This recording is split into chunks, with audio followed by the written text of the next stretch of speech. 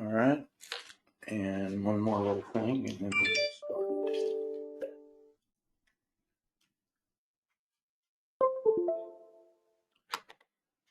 Okay. Here we are at Non-Writing Prophets Part 15. Actually, it's Part 17 because I did an intro and then Michael did, I can't remember what Michael did, but he did another thing. So this is actually number 17. And as I said a minute ago, today is Sabbath number 5 in the count, or it would be counting the Omer day number 35. I think that's right. I think you just multiply the week by 7 and week number by 7. So, okay, let me enlarge this. All right, this was an interesting chapter. As I told some of you that got on earlier, had it not been for I won't say minor part, but a small part in chapter 3 where Elisha shows up and has some words and performs a miracle or two, or God performs them through him. Yahweh performs them through him. We wouldn't, we would have skipped over this, but as Jim Williams said a while ago, we are getting, I think, a pretty good historical background of, some of the things that have been going on. And it's not that we hadn't been through this before, and you all probably know a lot more about this than me, but I mean, I'm learning so much stuff about Israel and not so much about Judah, because almost every single verse has been about the northern tribes, and every once in a while we'll hear or read a little bit about the southern tribes. So now Elisha was mentioned several chapters earlier. I mean, we're just now getting to the parts that Elisha is going to play in the scripture, but he was mentioned several chapters earlier when Elijah was told to anoint Jehu king over Israel and Elisha as prophet to replace Elijah. Now, these were both done for, and I didn't know how to phrase this, I'm just going to throw this out, future fulfilling. These two anointings were done, before the job was to be done, especially with Jehu. Jehu didn't begin reigning over Judah for about 5 years. And what a reign it was. I'm looking forward to getting into that, but we won't catch up with Jehu till we get over into 2 Kings chapter 9. Now, we don't know how God's command to Elijah to anoint Elisha affected him. I mean, he was God's man. He was the prophet of God, or the prophet of Yahweh. And when he was asked to anoint Elisha, it was when he was, I'm going to use the word depressed. He was very upset because he'd done all of this great stuff, or God had done it through him. But Jezebel's trying to kill him, and he thought he was the only person that was standing up for Yahweh. Well, he wasn't, because Yahweh told him that there were 7,000 people that he was not even aware of who had not bowed their knees to Baal. Now, here's a little something that I really hadn't thought about. These 7,000 were, I think Yahweh was talking about in the northern tribes, because Judah was still worshiping the one true God. So I don't think, that's just my opinion, I don't think this 7,000 were people in Judah, because it would have been a lot bigger number. So I feel that he's talking. Yahweh was talking about the 7,000 in Israel post split. So most of the southern kingdom was made up of people who had not bowed to Baal or Baal, and I'm going to say yet, because it does happen. So we're going to start here. If I can get my clicker to work.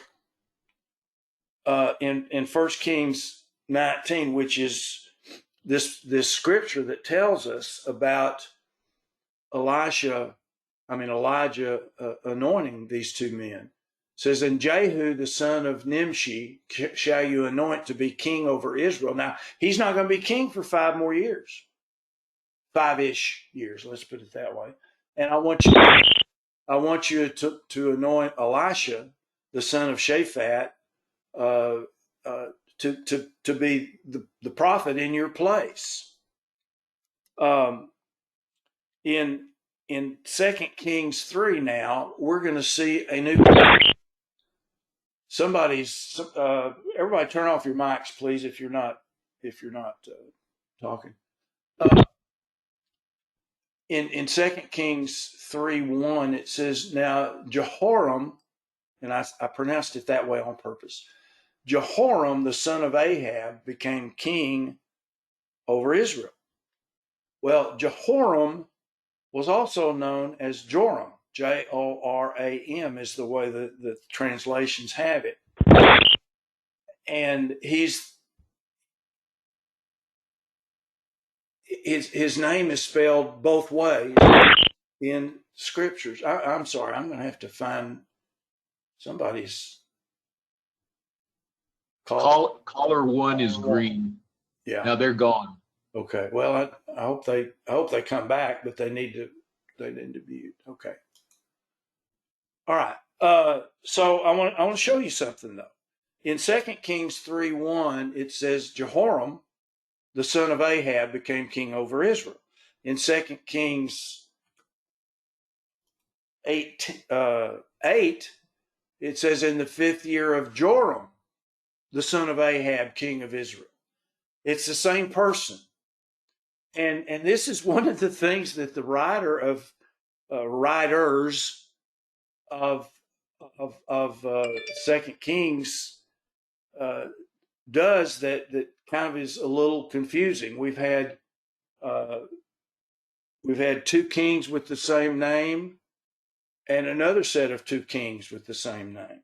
So anyway, this is Joram, and that's the way I'm going to pronounce it. I'm not going to pronounce it Jehoram, I don't think. I hope not. Anyway. Well, this Joram was the son of Ahab, which means that we're talking about the northern king again. He was a terrible king. Well, who wasn't in the north? But as we saw last week, the king in Judah of the same name, I hope you all remember that, reigning at the same time. They almost reigned almost exactly the same amount, at the same time.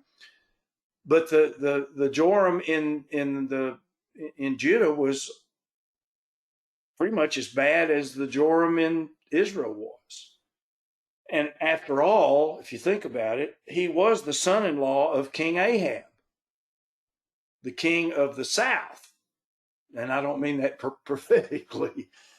The king over Judah was the son-in-law of King Ahab. What a family! And then there's a sister or a daughter who is a wife, and she's worse than the guys. And we'll get to talking about her a little bit later. And look what a mess these guys made of these kingdoms.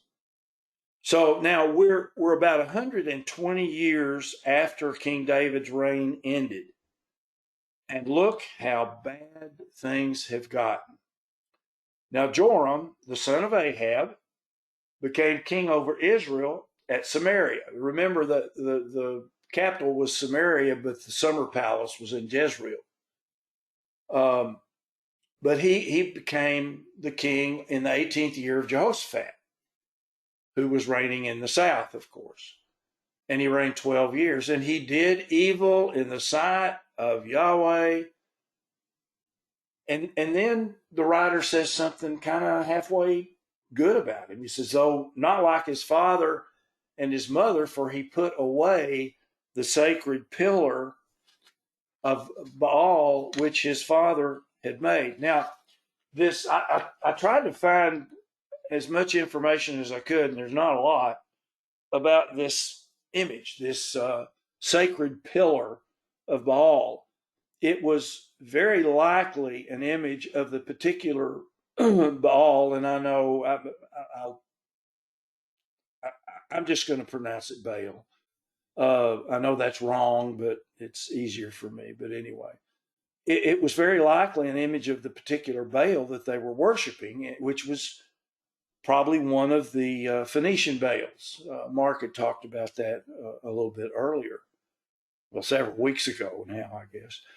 And just because Joram took down this image, he still clung to the Baal worship of his parents. He was just as bad as them, but he did this one thing. And who knows why? Maybe he wanted to build a deck there. I know I'm being a little ridiculous, but we don't know why. But almost all of the kings of Israel had this next line said about them. Nevertheless, this is talking about Joram, he clung to the sins of Jeroboam, the son of Nebat, which made Israel sin, and he did not depart from them. So he was still allowing and maybe even requiring the worship of Baal in the northern kings. Now, what this chapter is about is a war between... Skip, could I ask a question? Sure. Do we still have the two golden calves here? Yeah. So might that be what he's doing? Because he put away some of the Baal stuff. I thought that too, Jim. But if you think about it, the two calves were set up by Jeroboam, not Joram. I mean, not Ahab.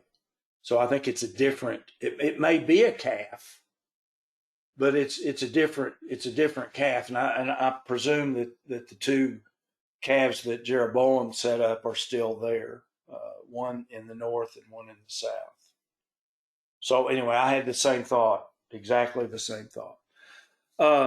Now, you may remember that back in chapter 1, it mentions Moab's rebellion against Israel after the death of Ahab. Okay? Now, the reason for this rebellion was that since actually King David set it up where Moab paid an annual duty or whatever you want to call it to the unified nation of Israel. When the split happened, Rehoboam did not press Moab about that, but Jeroboam did. So the northern tribes Israel has been collecting this duty all of these years. Now, like I said, we're 120 years down the road here. And so when Ahab died, Moab thought, okay, now we have a weak king. I think it was, who was it, Ahijah? Now, so that was back in chapter 1. Well, now in chapter 3, we read a little bit more about this Moab rebellion. Elisha is involved. Like I said earlier, we wouldn't even be talking about this chapter, or we would have skipped over it, or maybe we would have hit a little bit of it. And it says, Mesha, king of Moab, was a sheep master, and he rendered to the king of Israel 100,000 lambs. You can see, this is the duty that he had to pay. and 100,000 rams with the wool. I mean, that's a lot of dollars worth of lambs and wool. Mark and Jill has a business. She and Mark have this business where they deal in wool, and they can tell you, what we're talking about here. But anyway, verse 5, it came to pass when Ahab died that the king of Moab rebelled. Now, the way he rebelled is, I'm not paying anymore. It wasn't that he rebelled and came up and attacked them. It was, I'm done. So now, who is Moab? And I'm sure many of you, if not all of you, remember back in Genesis when Lot and his family came out, some of his family came out of, good grief, I went blank, Sodom. His wife didn't make it. He took his two daughters with him, and they got him drunk, and they had sex with him because they wanted his progeny to continue. So they got him drunk, and verse 37, the firstborn, his firstborn daughter, bore a son and called his name Moab. So that's who we're talking about. We're talking about descendants of Lot. And then the other daughter had the children of, Benami, and the father of the children of Ammon to this day, at the point at which this was written. So now verse 6, King Joram went out of Samaria, left the capital, and numbered all Israel. I thought that was an interesting statement. The numbering of Israel in this case is obviously he wants to know how many fighting men he has. And you'll remember that King David numbered Israel and got in trouble over it. Then Satan stood up against Israel and moved David to number Israel. And then verse 7, God was displeased with this thing, so he struck Israel. David didn't need to know how many fighting men he had. He had the Almighty God, Yahweh, on his side. And if you have him on your side, you don't have to worry about anybody else. So I'm assuming, and I think, I've read this many times, but I think this shows the reason for David doing that, and it shows the reason that Joram went out and did it. Well, when Joram numbered Israel, now we're talking about the northern tribes, he figured out that his army was not large enough to defeat Moab. So he went to King Jehoshaphat for help, the king of Judah. And he also got some help from the king of Edom. And in verse 7, it says he went, sent word to Jehoshaphat and said, Moab has rebelled against me. Will you go with me to fight against Moab? And he said, yeah, I'll go. And this, I am as you are, my people, your people, was, a strange, hang on a second, was a strange statement that Jehoshaphat made. And the reason, the only thing I can think of is that we're talking about not really brothers-in-law, but Jehoshaphat's son married Ahab and Jezebel's daughter. And boy, what a mistake that was. But we'll be getting into that a little bit later. So they met in Jerusalem and made their battle plan. And they chose to go through the desert of Edom to attack Moab from the south. It says here in verse 8, where I presume that's Jehoshaphat, asked, how do you want to get there? And Joram answered, well, the way of the wilderness of Edom. Well, here's a map. And if you look down at the very bottom, you can see where Edom was. Okay. And then right above that in pink is Moab. And then to the west of Moab is the Dead Sea. And then up at the tip of the Dead Sea, you can see where Jerusalem is. Okay. So without me having to use my mouse, which you all say is too small, right here's Jerusalem. And they came down the Dead Sea. And when they got to Edom, guess what? They're out of water. So they didn't do a very good, they didn't make a very good plan. And they also took, now armies take their supply trucks will have the food and the water for the army. They're following the army. Well, they didn't have the trucks back then, obviously, but they took their cattle with them. And I don't know if they took sheep or whatever, but they ran out of water. And of course, this whole thing makes me wonder, why in the world is the king of Judah messing with these two other kings, particularly the pagan king of Israel? Well, as I said a minute ago, it's because Jehoshaphat's son married Ahab's daughter. So this is a family affair, but Jehoshaphat should have known better. Now, this is the second time that, Yep. Yeah. So just maybe another way of saying this or looking at it is that this is how kings and nations made alliances with each other. We see this down through history. Somebody would marry somebody's daughter, and then they would be friends for, there's a lot of that in British and European history, of the intermarriage of the kings and the rulers, the monarchies. And of course, you have, that's how Britain became in alliance with Spain for a while.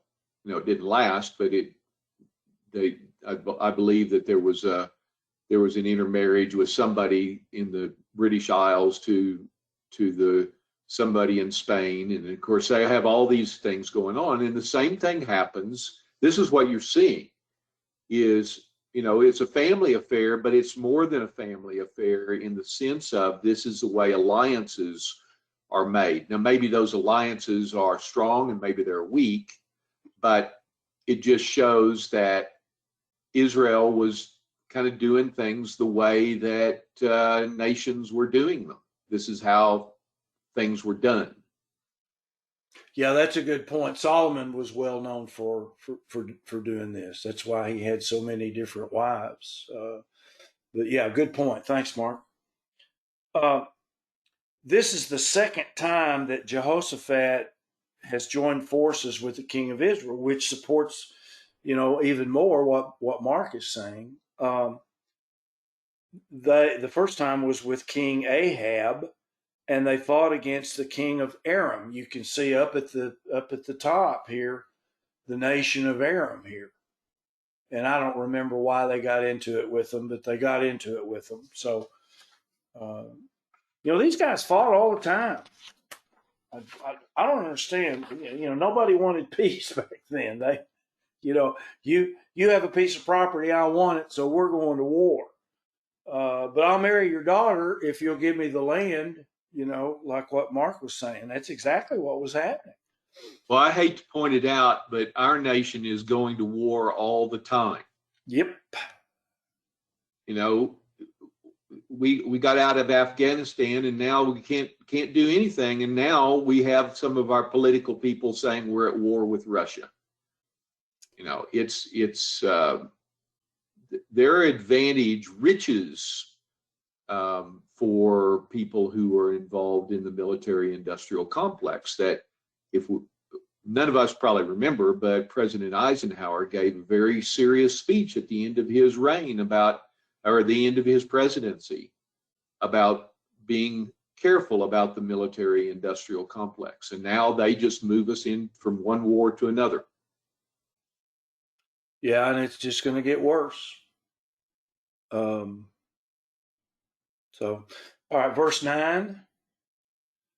So the king of Israel went. Now remember, the king of Israel now is Joram, and the king of Judah is Jehoshaphat, and the king of Edom. Now, it's not going to be long before, I just want to add this, it's not going to be long before Jehoshaphat dies and his son Joram becomes king of Judah, while Joram is the king of Israel. I'm telling you, it gets complicated trying to remember who all of these people are. But anyway, so you've got these three nations. I guess Israel and Judah were two different nations, but I kind of look at them like they're all Israel, but they're really not. And so, king of Israel went, king of Judah, and the king of Edom. I don't know why Edom's involved in this, but I guess because they're on the southern border of Moab. So they've probably been having problems with Moab. That would be my guess. Moab's in pink, and Edom is right below that in a kind of a greenish yellow color.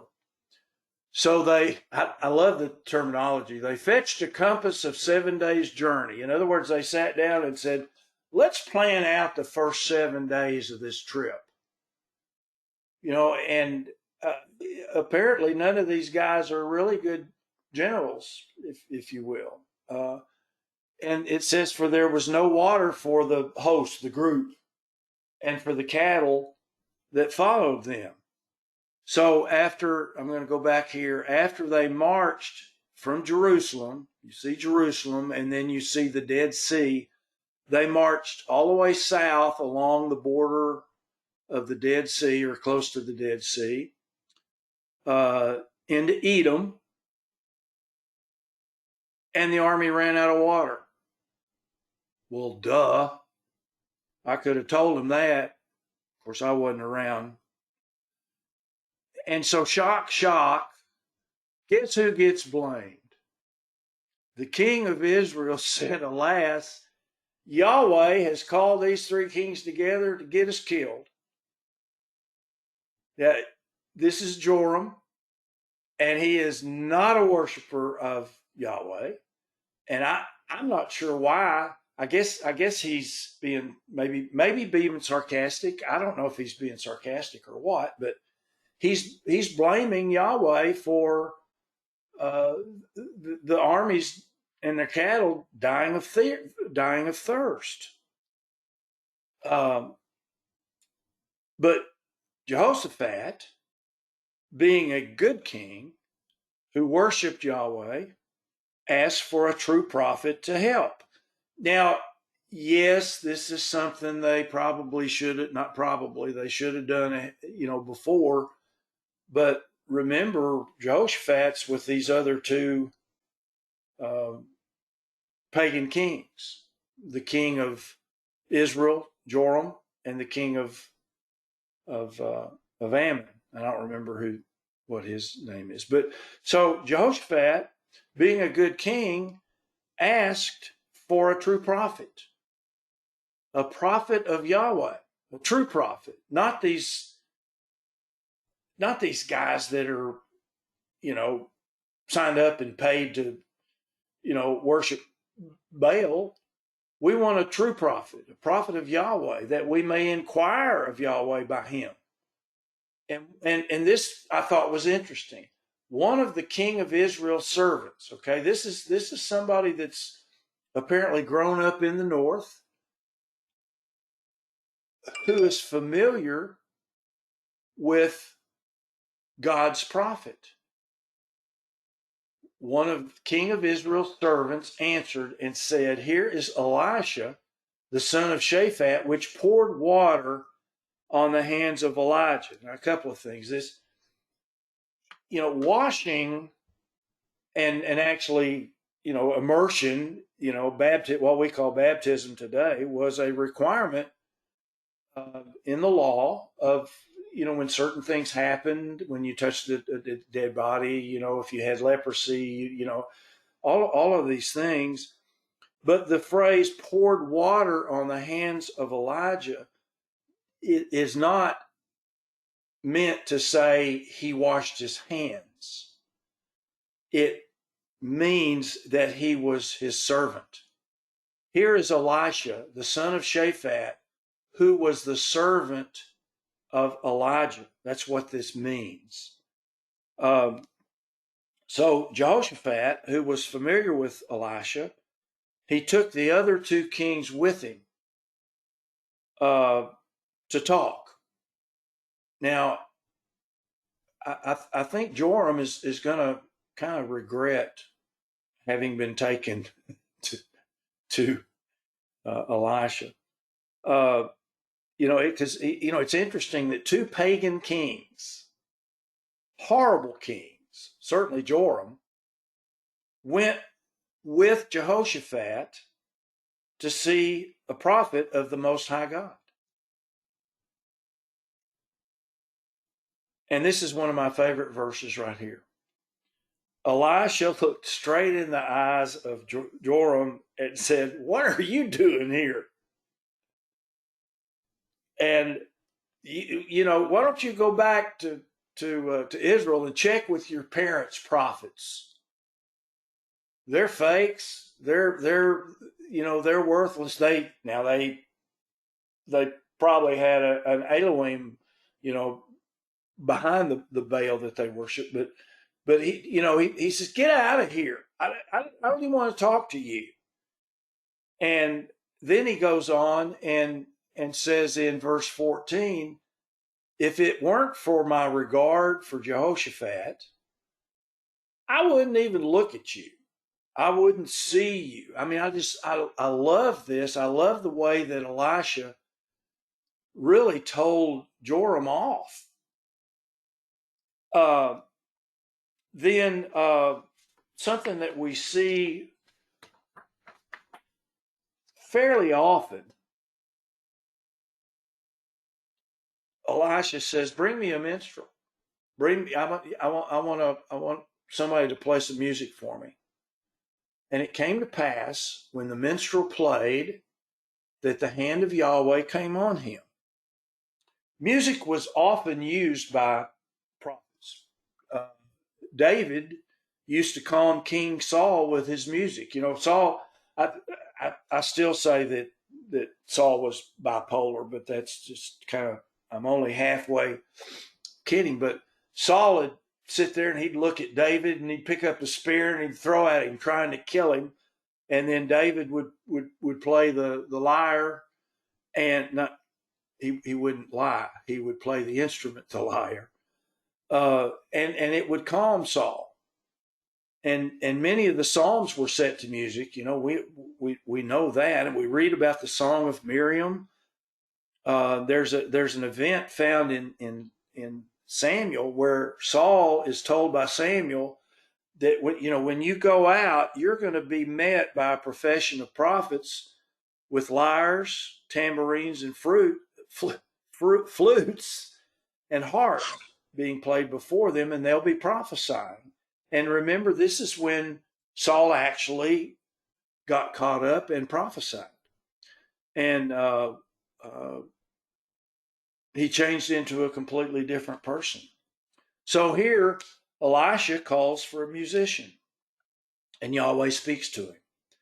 And as a result, the three armies are saved, even though they had such bad planning. But fortunately, they had Elisha with them. Otherwise, it would have been over. They would have all died out there in the desert of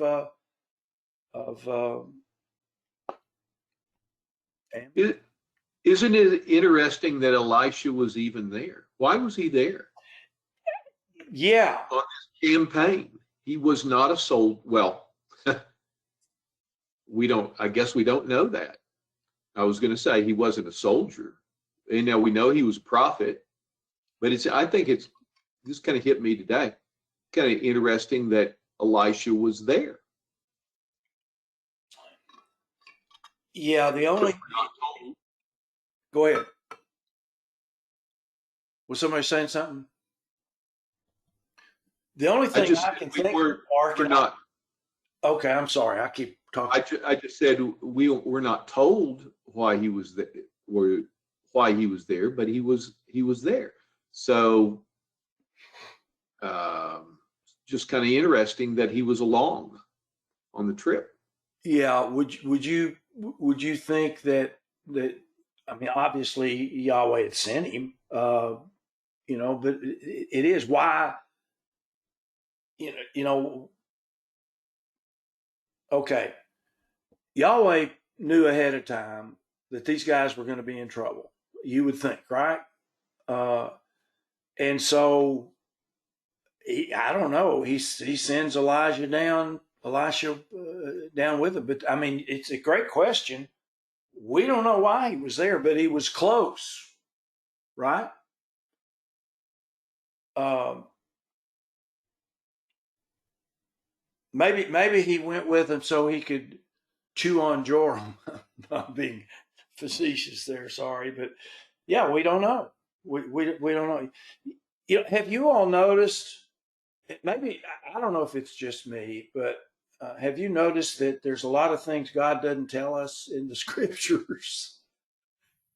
I mean, Elisha just shows up here, and we don't know why, like what Mark said. So Yahweh tells Elisha to do something that I have to go back to Mount Carmel to see something that I felt like is very similar. Thus says Yahweh, make this valley full of ditches. Remember, that's what Elijah told. Well, of course, Yahweh told him to do it, but he dug ditches all the way around the altar where he was going to burn the sacrifice. He says, make this valley full of ditches. For thus says Yahweh, and I think this is interesting. You're not going to see wind. You're not going to see rain. But the valley's going to be filled with water that you may drink, both you and your cattle and your beasts. Now, some of the commentaries, and I don't like it when they do this. They kind of did it with the plagues in Egypt. Many people say, "Oh, those were just all natural things that would have happened anyway." It was that time of the year, and the frogs would have come out, and the tin of the Nile would have looked red, and I say garbage on that. It was done by the Almighty God. So here we are again, and some of the commentaries said, "Oh, well, it rained up north, and the rain came down." Well, maybe it did, but it wouldn't have rained if Yahweh hadn't wanted it to. He could have dried it up just as easily as he made filled the ditches up with water. So anyway, it kind of irritates me when they say, well, it was that time of the year and there would have been rain up in the mountains and the rain would have come down. Anyway, well, if that's the case, why were they worried about it? It was March. I'm being a little facetious. It was March, or May. We know it's going to rain, so let's just wait right here because it's a natural thing. No, this was a miracle. Sorry, I didn't mean to get all excited there. But in verse 18, and I thought this was interesting.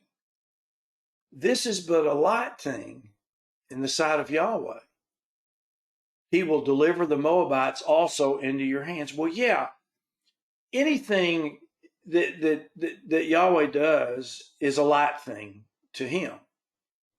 I mean, if he wanted to, what you all know what I'm saying. Whatever he wants to do, it's a light thing. But in verse 18, Elisha's making a point.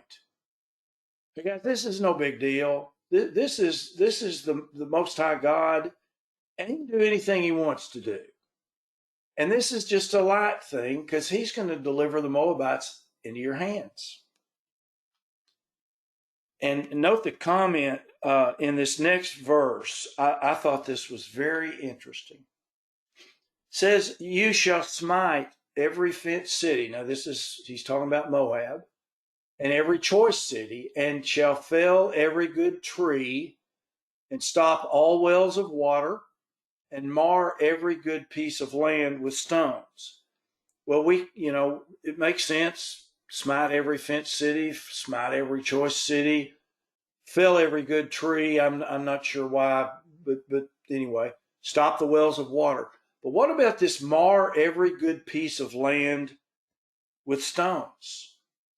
The Hebrew for mar is Kaav is the phonetic spelling of it, and it has the basic meaning of cause pain. In those days, farmers had to work their land by hand, literally work it by hand. Rocks in the field would definitely cause pain.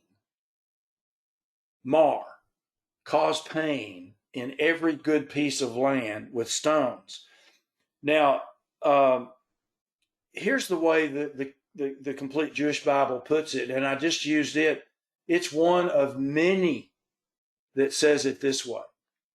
You will conquer every fortified city, every choice town. You'll chop down every good tree, stop up every well, and ruin every good field with stones.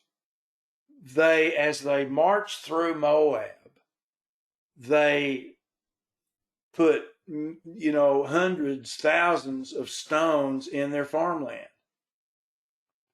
It says to cause pain. So anyway, I thought that was kind of interesting. Verse 20. It came to pass in the morning when the meat offering was offered that, behold, guess what? Here came the water. And the country was filled with water. So God either just said, zap, here's the water, or he went, I'm starting the rain up in the mountains of Edom. Either way, it was a miracle. And when all the Moabites heard that the kings were come up to fight against them, they gathered all that were able to put on armor and stood in the border. All right, I'm going to go back again. There. Notice the pink. Notice the southern border of Moab. That's where these three armies were. Now, if I can just find my place. Okay. Now, here comes another miracle. Now, I don't know if these are some of the miracles that are counted toward, the double portion of Elijah's spirit that came on Elisha. They may be counted. I'm not sure. I haven't gotten into that. But here comes another miracle. Yahweh makes the sun shine on the water and gives it a yellow tint. And the Moabites thought that the three armies had attacked each other. So the Moabite king, instead of checking it out, instead of sending spies, he sent his whole army in, and it ended up being a trap. I don't think it was a trap, ahead of time, but they thought that the three armies of Israel, Judah, and Ammon had fought each other, and what they were seeing was blood. So they attacked. And it says when they came, in verse 24, when they came to the camp of Israel, the Israelites rose up and smote them. Well, yeah. So they fled before them, but they went forward, smiting the Moabites even into their country. And this is where, they stopped up the water and they ruined the farmland. And this is the result of, this is when that began. Now,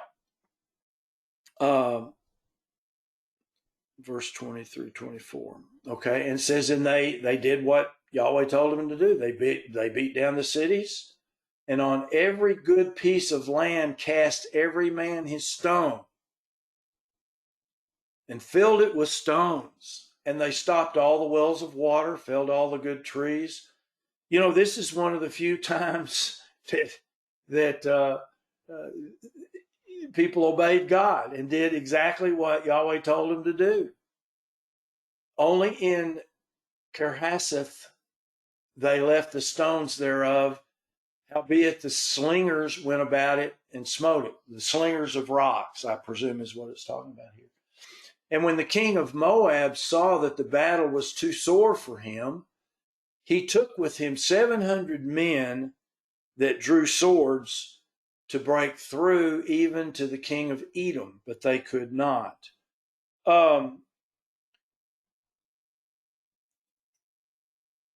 It may be that the king of Moab felt that the area that was commanded by the king of Edom was the weakest link in the three countries that were there. And when the king of Moab saw that he was defeated, he did a most despicable thing. This is what I talked to Mark about earlier today. And akin, you know, I don't know. We compare a lot of things to abortion, but I would say human sacrifice is one of the, you know, most horrible things that you could do. So in verse 27, and this is the one that I want to get some discussion on that. And Mark, I know, has done some work on it. It says, then he took his eldest son. Now, it was I hate to use the word custom, but I don't know any other word to use. It was a custom in the pagan nations that when they needed help, they would have a human sacrifice. And a lot of times it was the firstborn son of the king. And that's what's happening here. In desperation to appease his God, and I'm thinking that they're thinking that their God is mad at them. And so he takes his oldest son, offered him for a burnt offering on the wall. In other words, up high where everybody could see it. And here's where I get confused, or I don't fully understand it. And there was great indignation against Israel, and they departed from him and returned to their own land. So, Mark, if you don't mind, would you kind of take over?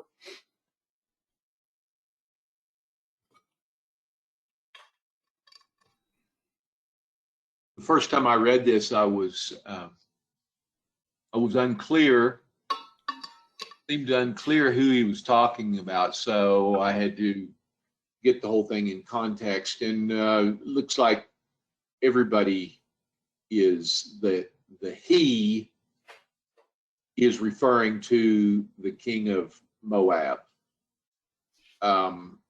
So nobody knows really why the resulting retreat or withdrawing from this city took place. However, you know, there's a couple of different referrals that, since it's not clear, this part is not clear in the text. So one person or one view is that the sacrifice might have renewed the Moabites' determination to fight, or the other thing is maybe there was so much revulsion in the ranks of the Israelites and the Judahites that they just decided to withdraw, either by horror or superstitious dread. Because, as Skip mentioned, this was in the sight of the whole army and on the side of the city. So those are a couple of different answers or possibilities. Could it be a possibility that it was maybe is in their customs that they had in the area that was a form of capitulation? That okay, well they're going to this level, they're giving up. So let's just be merciful and leave. Well, I think that's a logical conclusion, that they would have said, look, we don't have to go on far. These people are totally defeated. But I read somewhere that the historical records indicate that the Moabites do state that they remained free.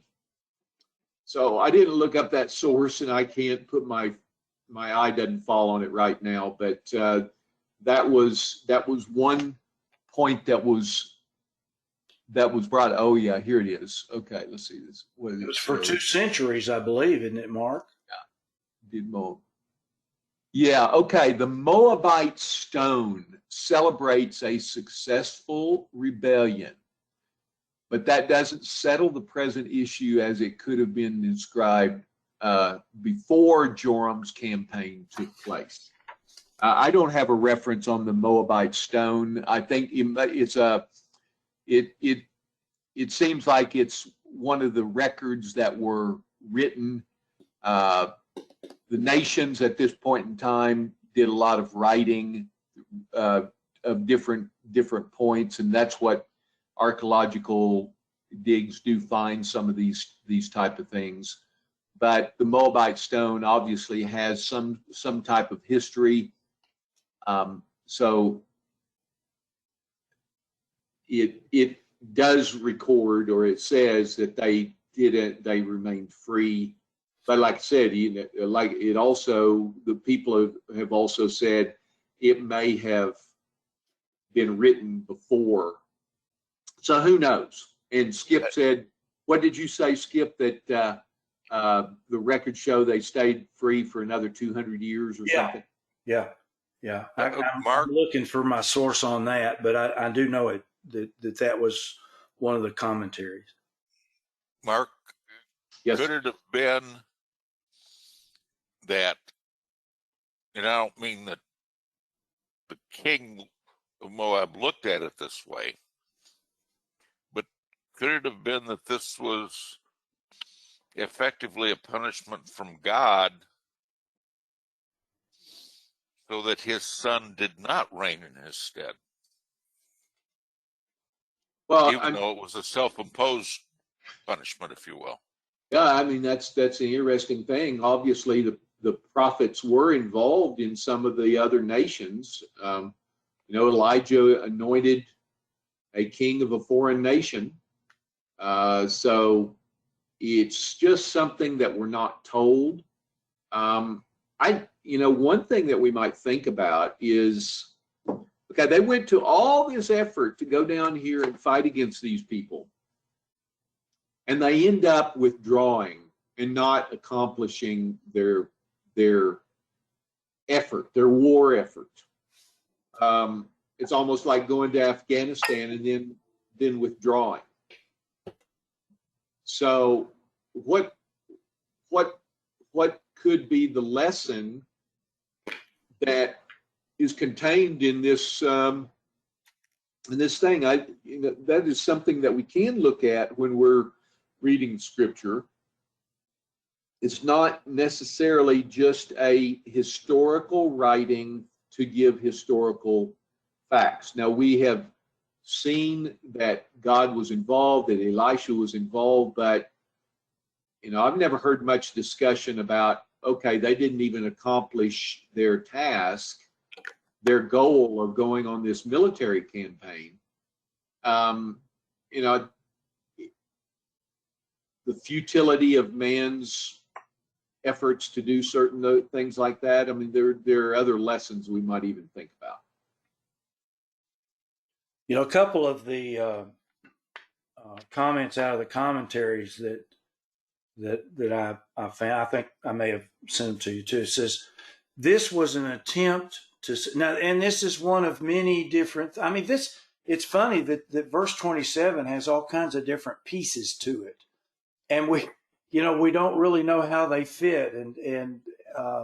But anyway, it says this was an attempt to satisfy or appease the false god Chemosh, the major Moabite deity. Now, from several studies that we've had and comments that we had, we've talked about these Elohim, who, when you have a Chemosh, the major Moabite deity, as far as most people are concerned, this is just a statue. But I think we've come to understand that there was a real presence behind the statue. So, with that in mind, it says obviously the Moabite king felt that he and his forces had for some reason displeased their God. So Mesha sought to pacify the anger of his false god by making the most valuable sacrifice he could. Ugh. Note that the sacrifice had taken place on the city wall in full view of everyone, the alliance forces, Mesha's own Moabite forces, and the citizenry finding refuge behind the walls. And so, I'm beginning to think maybe that this indignation was so great that it worked. That and I hate to even say it that it worked, but apparently, the three armies left. They were so grossed out, if that's the way to, the right way to put it. And so Moabite Skip, lasted for another 200 years. Skip, could this have been, just because the Moabites were descendants of Lot and God wanted them to survive? Sure. Sure. Mark, did you? I'm sorry, we've cut you off. Go ahead. No, I'm done. I mean, this is one of those, we run into the we don't know scriptures all the time. And this is one that has so many different directions that it could go. Why was there great indignation against Israel? Why Israel? Why wasn't there? Well, Go ahead. so that's a good point. We see all these shades of things. Elisha talks to the king of Israel, who uses very patronizing terms toward Yahweh. And Elisha basically gives him a tongue lashing and said, if it wasn't for Jehoshaphat, I wouldn't even look at you. So this was all Joram's idea, the king of Israel's idea to go down there and to have this campaign, because he wasn't collecting. They'd stopped sending him bribe money, or what do you call it, when reparations money or whatever it was. And yet Joram and Israel were playing around. They had a history of being God's people, but they've just tossed that to the side. They haven't, you see shades. They know about Yahweh. They know about that, but they worship these other gods. And this tongue lashing of Elisha is part of the reprimand that the king of Israel receives. And part of it may be that even though God was involved in certain ways, that ultimately they failed in their effort to subdue the Moabites. Yeah. Another thing we might be able to do in the process of elimination in this is eliminate the idea, perhaps, that it was God-inspired act that the king did, sacrificing his son. Because we know from other places that he wrote that when the Israelites were passing children through the fire, sacrificing them, that he never intended that. That was never a thought in his mind. So he certainly wouldn't have sanctioned this king doing that to his son. Yeah, I read in one of the commentaries, and it was a leap, but they said that he would have known of the sacrifice of Isaac that Abraham was asked to do, and ultimately didn't, of course. And so he saw that as, well, here, if I sacrifice my son, then I'll be blessed like Abraham was. Now, I mean, that's a big reach, but that's what one of the commentaries said.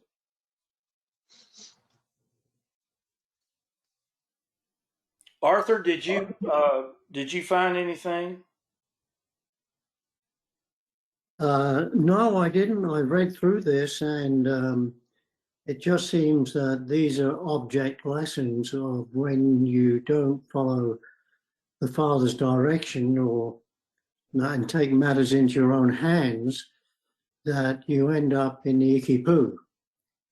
And this is what it appears to me, that this was a campaign that was poorly thought about, poorly planned, and ends up being a terrible mess with the sacrifice of a son, which was disgusting in the eyes of the other nations, and that were attacking them, and so they departed. So it's this futility of war that continually, you have to ask yourself the question, why on earth did they go down there in the first place?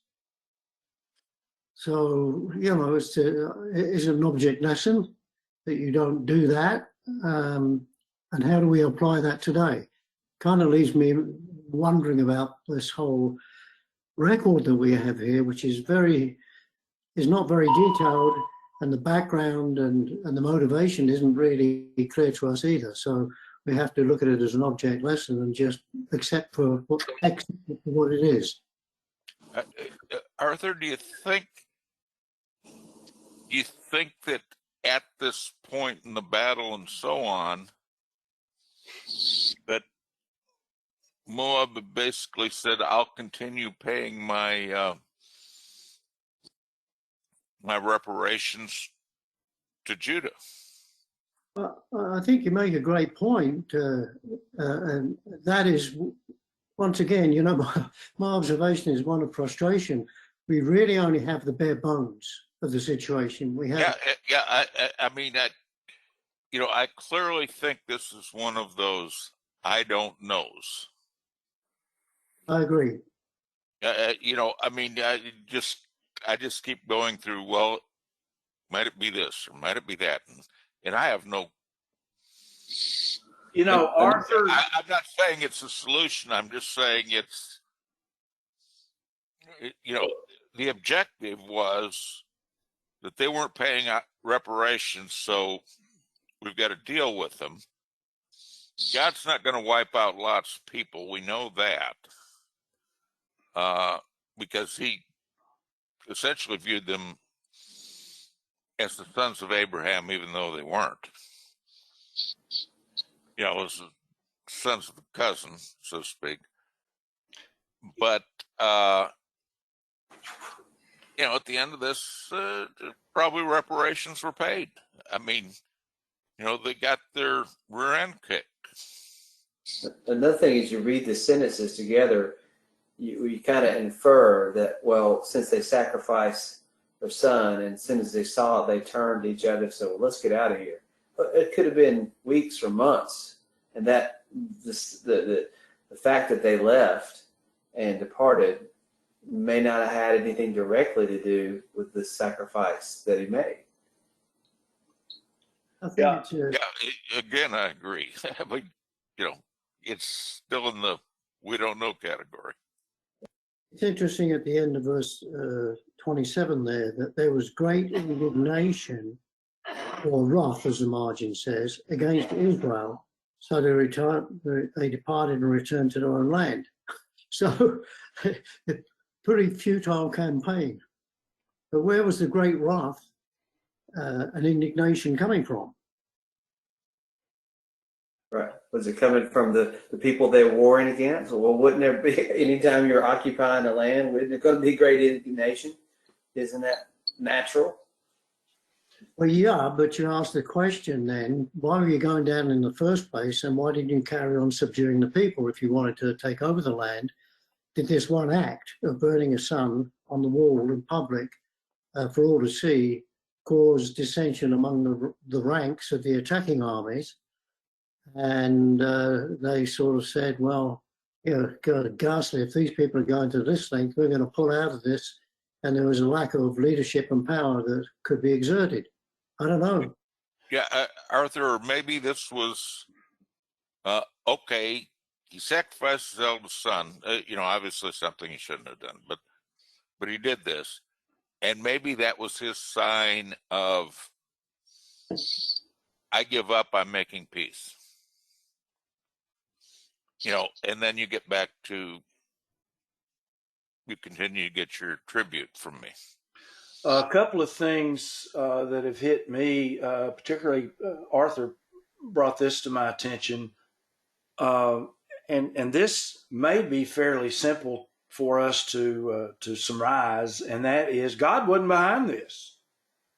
This was a pagan king, Joram, of a nation that didn't even worship the one true God anymore.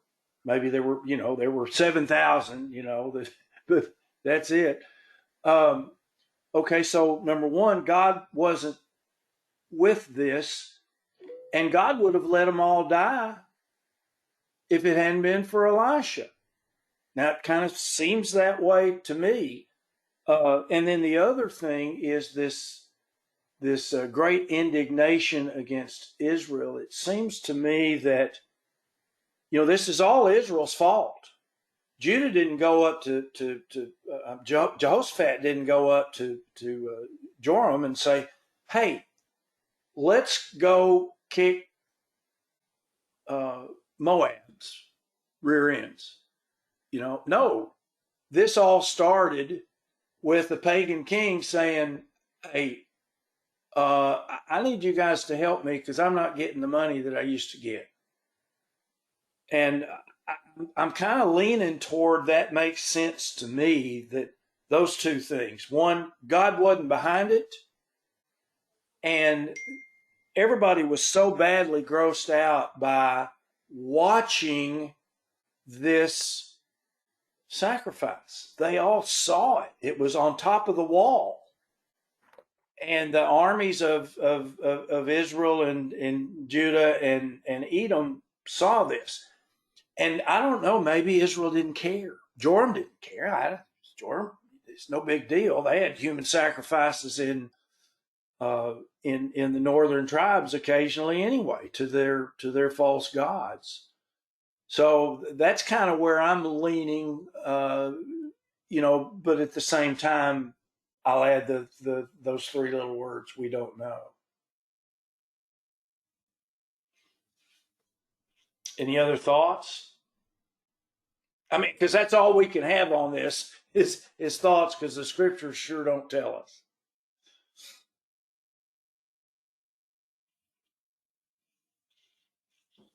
Okay, well, that's it for me.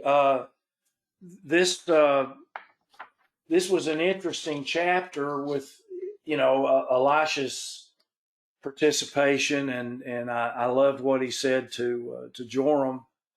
But this Joram, we're going to see more from him. And let me see here, how many more kings do we have before Jehu comes around? We've got let's see, there's Joram. That's the kings of Judah. Kings of Israel. You start with Jeroboam, then Nadab, and then all that mess with Baasha and Elah Omri and Zimri, then Ahab, then Ahaziah, and then Joram. And let me see something here. Kings of Judah, Jehu.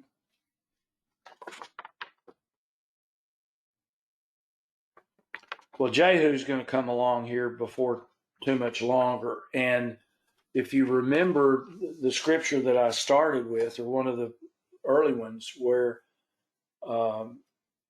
Elijah was told to anoint Jehu, Jehu is going to fix all of this, or he's going to go a long way in fixing it. He's going to go in and he's going to wipe out all kinds of people, descendants of certain kings and so on. But anyway, okay, that's it for today. And I do want to welcome Star Spencer. She's a friend of Jim Williams, and she's joined us today. I hope she enjoyed it. Does your microphone work, Star? Or do you want to say anything, or you want me to leave you alone? We're all pretty blunt here. But anyway, you are welcome. Glad you joined us. And you will, like everyone else, you will get an email from me every Wednesday evening around 6:30ish or so, and you will get one every Sabbath around 10:30, 10:40, somewhere around there in the morning. And please join us anytime. All right. Anybody else?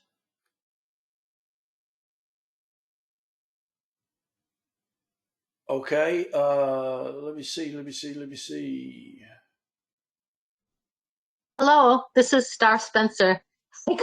I couldn't find the place on my to click on. So, but I was hearing you. I was listening to the whole thing. Good. Well, we have the same problem. We can't find the mute button for your buddy Jim Williams. Well, That's just the kind of guy Skip is. That's right. That's right. Well, we, as you can tell, we have an interactive Bible study. Everybody is welcome to make comments whenever they want. And this may be a record for short today. Of course, it wasn't a real long chapter, but that's all I've got for today. Gene Ellis, would you lead us in a closing prayer? Sure. I didn't. I got here kind of late, so it's going to be a little bit short. It's okay. Okay. Father in heaven, thank you for this presentation and the chance to learn about your prophets in Israel and the things that they did. And please help us to continue to learn. And thank you for the Sabbath to give us a rest from our daily work and chores. We pray in your Son, Jesus Christ's holy name. Amen. Amen. Thank you. All right. Good to see everybody. Next week. Now, next week is Memorial Day weekend, I think, and Diane and I'll be here. So, as far as I'm concerned, we can go forward. But you all let me know, and if a bunch of you are going to be involved with family activities, we can postpone till the next week. But as of now, I'm fine with going forward. So, and don't forget, now we've got 2 more Sabbaths before the holy day of Pentecost or the Feast of Weeks. Anyway, just letting everybody know. Okay, well, that's it for me. So I will Thank you, Skip. Yeah, thanks, Skip. thank you all. Yeah. See y'all later. Bye-bye. Thank you. Bye bye. Glad you came. All right.